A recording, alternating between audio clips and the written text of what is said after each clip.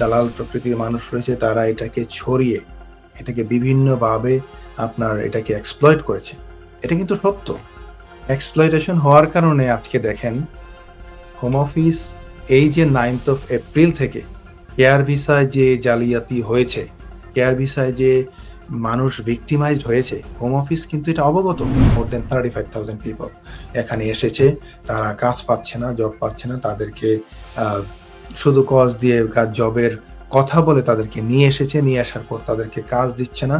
এবং home office জানে বলেই তারা দেখেন তারা 16 মিলিয়ন পাউন্ড দিয়ে তারা একটা ফান্ড তৈরি করে আপনার প্রত্যেকটা এলাকায় আপনার ইউকেকে অনেকগুলি ভাগে ভাগ করে প্রত্যেকটা জায়গায় তারা একটা স্পেসিফিক ইমেল দিয়েছে যাতে করে তাদেরকে এই যারা অলরেডি এখানে আছে তাদেরকে যাতে কাজে লাগানো যায়। তাদের তো এসেছে লোকগুলো।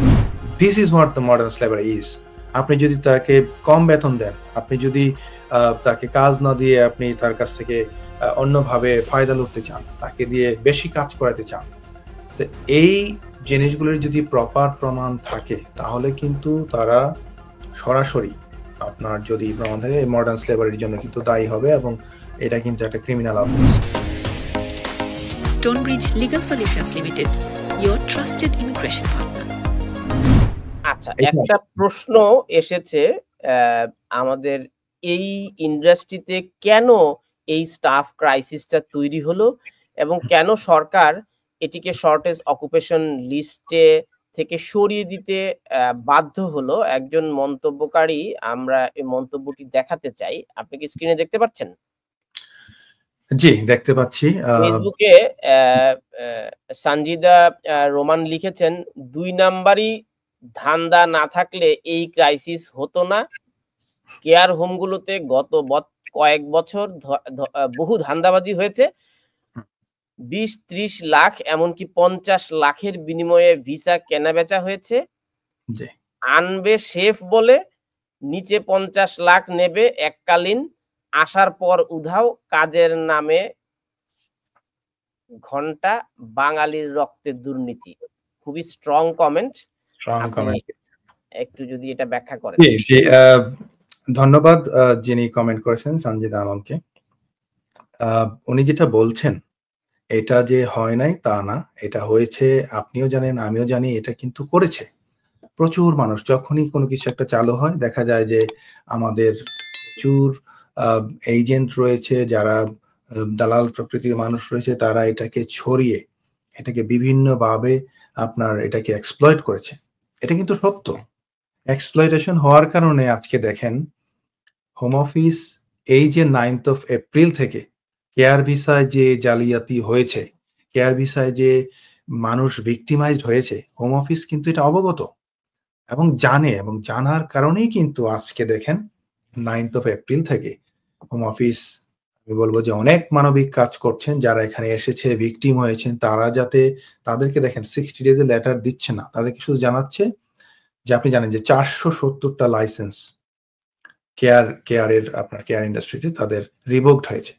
এবং এই যে যারা ভিকটিম হয়েছে which is more than like তারা যেটা বলেছে মোর দেন 35,000 পিপল এখানে এসেছে, তারা কাজ পাচ্ছে না, জব পাচ্ছে না, তাদেরকে শুধু কজ দিয়ে জবের কথা বলে তাদেরকে নিয়ে এসেছে, নিয়ে আসার পর তাদেরকে কাজ দিচ্ছে না।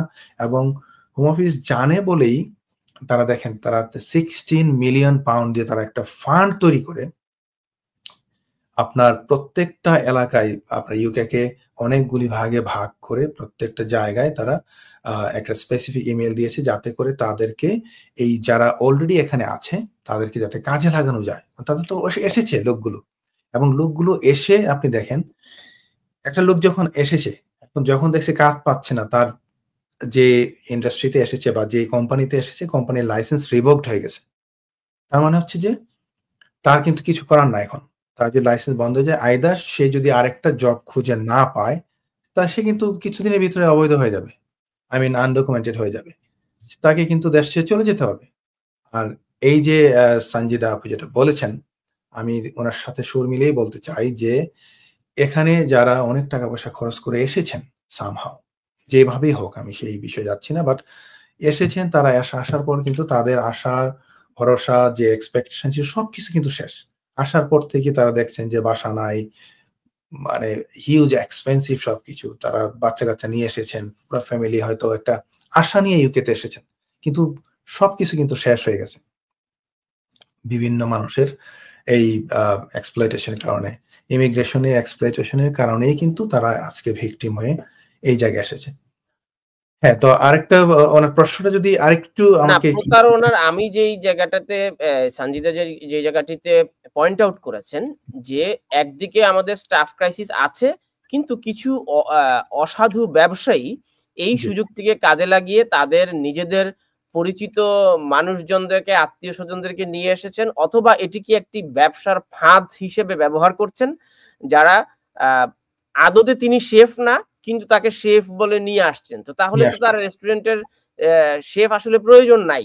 তো তিনি একদিকে তার রেস্টুরেন্টে শেফের জন্য সাফার করছেন, আবার জি, অন্যদিকে এমন একজনকে তিনি নিয়ে আসছেন যিনি শেফই না। তো তাকে সে তো এখানে তার রেস্টুরেন্টে কাজ করবে না। তো তাহলে ক্রাইসিসটাও থাকছে। তিনি আবার বিনিময়ে এই লোকটিকে শেফ দেখিয়ে অর্থ জি। হাতিয়ে নিচ্ছেন।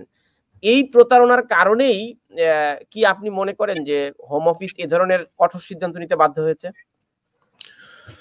ওয়েল শুধু এইটার কারণেই যে হয়েছে তা কিন্তু না। আমি বলব না যে উনি যেই ক্লেইমটা করেছেন এটা অসত্য। এটা অসত্য না। এরকম অনেক হয়েছে এবং এটা হতে পারে one of the reason. But মূল কারণ যেটা কনজারভেটিভ গভর্নমেন্টের যে মূল স্ট্র্যাটেজি ছিল যে আমার নেট মাইগ্রেশন কমানোর জন্য কিছু সেক্টরে আপনি দেখেন, আমি শেফের কথা বাদ দিলাম। আপনি শর্টেজ অকুপেশন লিস্টে যেখানে 56 পজিশন ছিল সেখান থেকে কমিয়ে এনে আপনার 23 এখন আছে। আপনি যদি ইমিগ্রেশন স্যালারি লিস্টে যান দেখবেন মাত্র 23 আপনার পজিশন আছে যেগুলো আপনার শর্টেজ অকুপেশন লিস্টে আছে। এন্ড অবভিয়াসলি এটা শুধুমাত্র যে আপনার ওই ব্যবসার কারণে এক্সপ্লয়টেশনের কারণে তা কিন্তু না। তাদের মূল টার্গেটটা ছিল নেট মাইগ্রেশন কিভাবে কমানো যায়।